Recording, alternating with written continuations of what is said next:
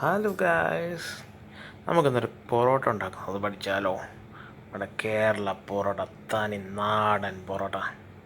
അതിന് വേണ്ട സാധനങ്ങൾ എന്തൊക്കെയാണെന്ന് വെച്ചാൽ നമുക്ക് 1 കിലോ മൈദ, അതിന് 2 മുട്ട, ഉപ്പ്, പഞ്ചസാര, ഓയിൽ, വെള്ളം, ഇച്ചിരി ബേക്കിംഗ് സോഡ, ഇത്രയുമാണ് നമുക്ക് വേണ്ടത്. ഇത് നമുക്കൊരു പാത്രത്തിലോട്ട് ആക്കാം. ആ പാത്രത്തിൽ നമുക്കിട്ടിട്ട് ചെറിയൊരു കുഴി കുഴി കുഴി കുഴി കുഴി കുഴി ഉണ്ടാക്കിയിട്ട് അതിനകത്തടങ്ങ 2 മുട്ട അങ്ങോട്ട് പൊട്ടിച്ച് അങ്ങോട്ട് ഒഴിക്കാം.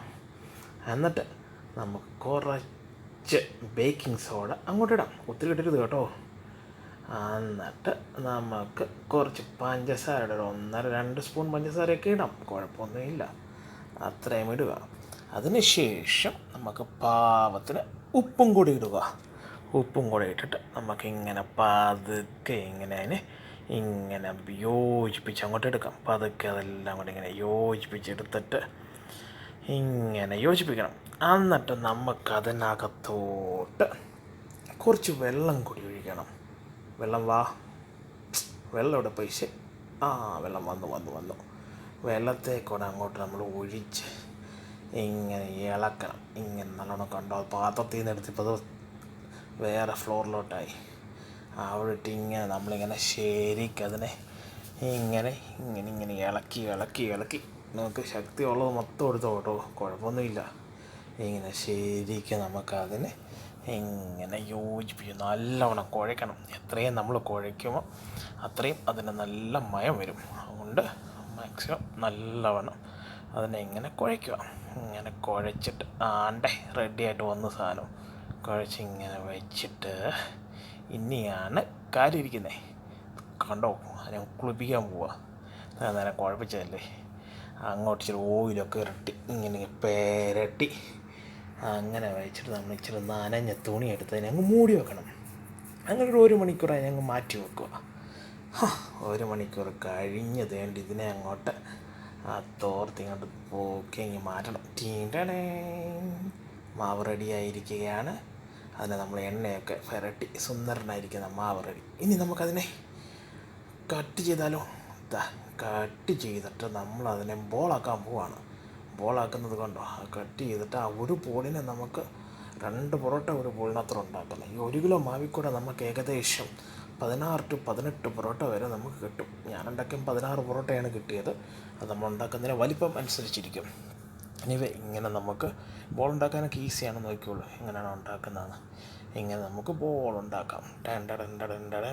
ബോൾ വന്നേ, റെഡി. ബോൾ ആയിക്കൊണ്ടിരിക്കുകയാണ്. ബോൾ അങ്ങനെ ബോൾ കത്തി കുത്തരില്ലേ, കത്തിയേ.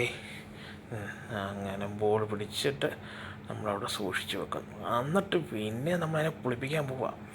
ബോളിനെ എല്ലാം ഇങ്ങനെ എടുത്ത് കുറച്ച് എണ്ണ പുരട്ടുകയാണ്. ഈ എണ്ണ പുരട്ടത്തിൻ്റെ കാര്യം എന്താണെന്ന് വെച്ച് കഴിഞ്ഞാൽ, നമ്മളിതിങ്ങനെ എണ്ണ പുരട്ടി വെച്ചില്ല എങ്കിൽ ഇതങ്ങ് ഡ്രൈ ആയിപ്പോവും. അതുകൊണ്ടാണ് നമ്മൾ എണ്ണ പുരട്ടുന്നത്. അത് കഴിഞ്ഞ് ഇനി അതിനെ വീശാൻ പോവുകയാണ്.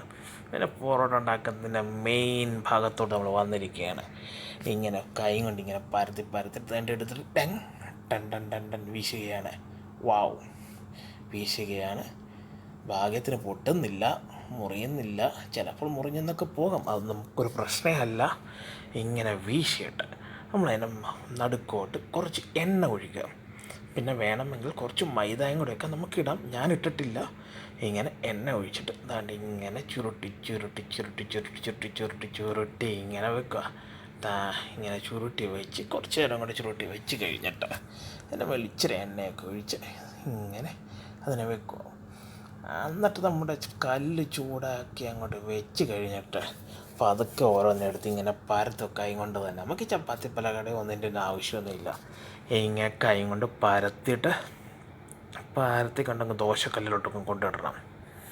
നമ്മുടെ ചൂടായിരിക്കുന്ന ദോശക്കല്ലിലിട്ട് നമ്മുടെ പൊറോട്ട മൊരിഞ്ഞ് വരാൻ പോകണ്ടേ. ഇത് കൂട്ടി ഇങ്ങനെ മൊരിഞ്ഞ് വരും.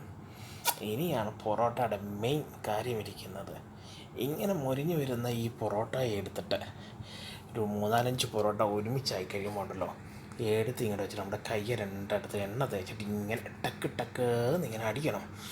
അടിക്കുമ്പോഴാണ് അതിൻ്റെ ലെയർ വരുന്നത്. നമ്മൾ ഉണ്ടാക്കി വെച്ചിരുന്ന ലെയറെല്ലാം കൂടെ ഇങ്ങനെ വരും. ഇങ്ങനെ ശരിക്കിട്ട് അടിക്കുക. അങ്ങനെ നമ്മുടെ ഒന്നാം തരം സുന്ദരം ടേസ്റ്റിയുമായിട്ടുള്ള നമ്മുടെ പൊറോട്ട റെഡിയായി. ഇനി നമുക്ക് എന്താ കറിയെന്ന് വെച്ചാൽ അതിൻ്റെ കൂട്ടത്തിൽ തന്നെ നമ്മുടെ നാടൻ പൊറോട്ട നമുക്ക് വീട്ടിൽ നിന്ന് ഉണ്ടാക്കി പരീക്ഷിക്കണ്ടേ? നിങ്ങൾ റെഡിയാണോ ഇതുണ്ടാക്കാൻ? ഈസിയാണ് പൊറോട്ട ഉണ്ടാക്കാനായിട്ട്, ഒരു പാടുമില്ല. Bye bye, enjoy.